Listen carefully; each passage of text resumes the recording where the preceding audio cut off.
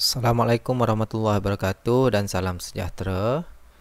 Jadi kita berada pada part yang ketiga, part yang last kali dalam siri rangkaian dalam teori graf matematik KSSM tingkatan 4 bab 5. Jadi mana-mana yang belum lihat video bahagian yang pertama dan bahagian kedua, boleh klik link pada ruang description.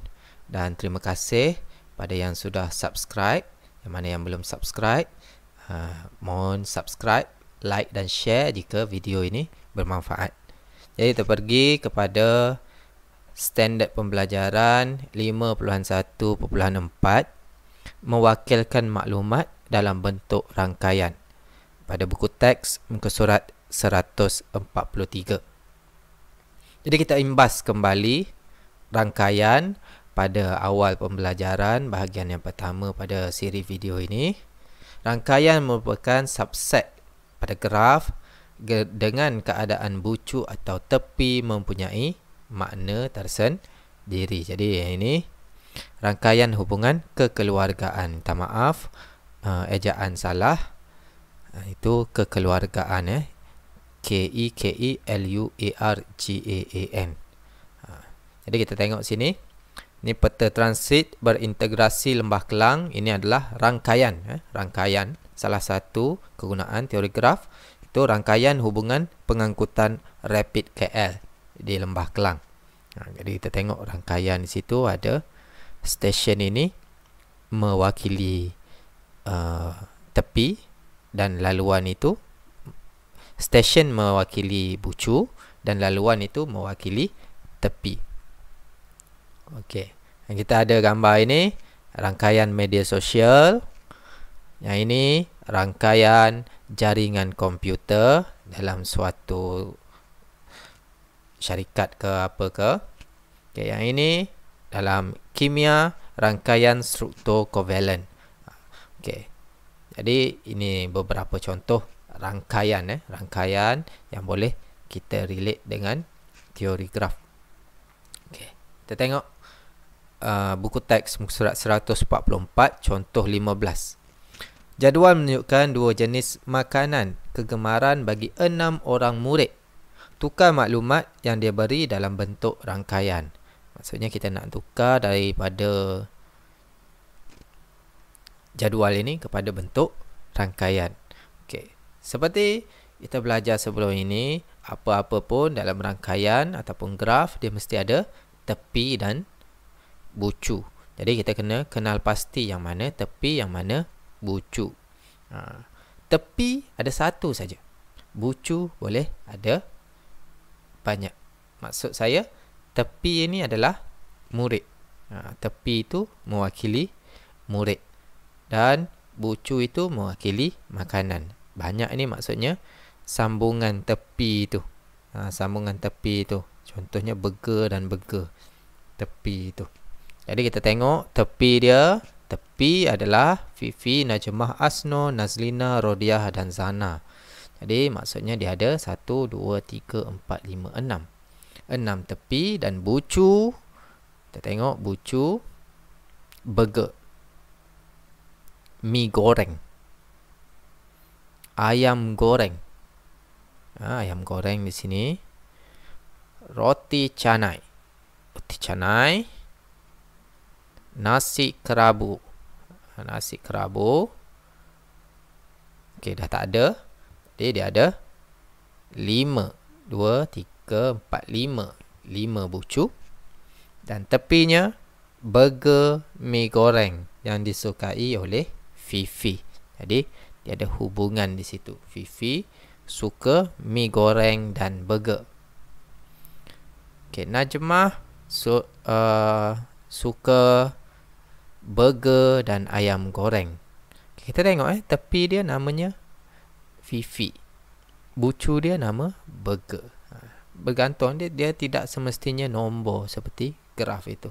Bergantung kepada apa yang kita nak. Okey, roti canai dan burger disukai oleh Asno. Nazlina suka mi goreng dan nasi kerabu. Dan Rodiah ayam goreng, mi goreng. Sana nasi kerabu, roti canai. Jadi selesai kita menukar dalam bentuk jadual kepada bentuk rangkaian makanan kegemaran bagi 6 orang murid. Okey, tak ada contoh lain lagi. Ini dalam bentuk ayat. Tukar maklumat berikut dalam bentuk rangkaian. Mia adalah kawan Dila dan Syasha. Dila ialah kawan Syasha, Wani dan Nat. Wani berkawan dengan Nat dan Tasnim, manakala Tasnim berkawan dengan Fifah. Okay, jadi penyelesaian dia sama. Kita kena kenal pasti bucu dan tepi. Jadi nama-nama itu mewakili bucu. Dan status persahabatan mewakili tepi. Contohnya Mia kawan Dila.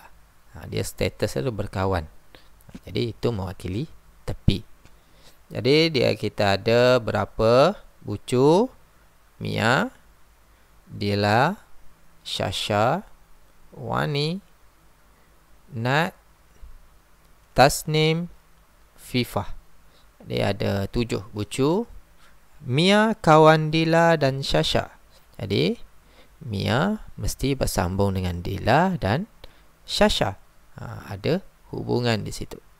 Dila kawan Syasha, Wani dan Nat. Dila kawan Syasha, Wani dan Nat.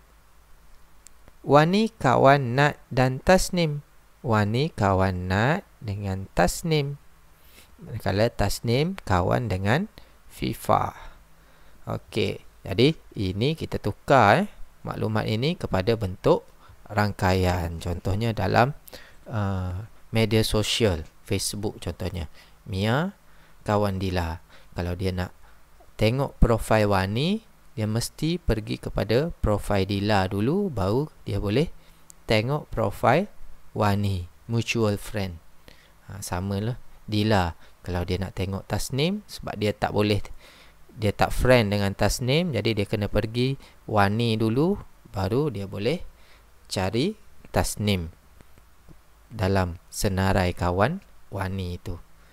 Jadi kita dah menukar maklumat dalam bentuk rangkaian. Yang penting kita kena tahu bucu mewakili yang mana, tepi mewakili yang mana. Seterusnya kita pergi pada bahagian yang terakhir, menyelesaikan masalah melibatkan rangkaian. Jadi buku teks muka surat 146. Okey, kita tengok di sini rangkaian menunjukkan beberapa jalan yang boleh dilalui oleh Encik Fitri dari rumah ke pejabat. Okey, pemberat dalam rangkaian itu mewakili jarak dalam kilometer. Encik Fitri memandu kereta ke pejabat dengan kos 20 sen 1 kilometer. Contoh Okey. Hitung kos petrol minimum yang diperlukan oleh Encik Fitri dari rumah ke pejabat. Kos minimum. Jadi kalau kos minimum apabila jarak perjalanan paling minimum. Jadi kita kena kenal pasti dari rumah ke pejabat, laluan mana yang paling pendek. Jadi laluan yang paling pendek adalah dari rumah kepada stopej C, kepada F, kepada E dan ke pejabat. Jadi jumlah sekali adalah 11 km. Jumlah sekali adalah 11 km. Dan dia tanya kos minimum 1 km 20 sen. Jadi itu laluan dia, 1 km 20 sen. Kalau 11 km 11 darab 20 sen. Jadi kos dia adalah RM2.20 perjalanan dari rumah ke pejabat. Jadi itu saja pada siri rangkaian dalam teori graf bab 5. Terima kasih dan minta maaf kalau ada tersalah bahasa. Dan kalau video ini bermanfaat, mohon subscribe, like dan share kepada kawan-kawan yang lain supaya kawan-kawan lain dapat manfaat daripada video ini. Terima kasih. Assalamualaikum warahmatullahi wabarakatuh dan salam sejahtera.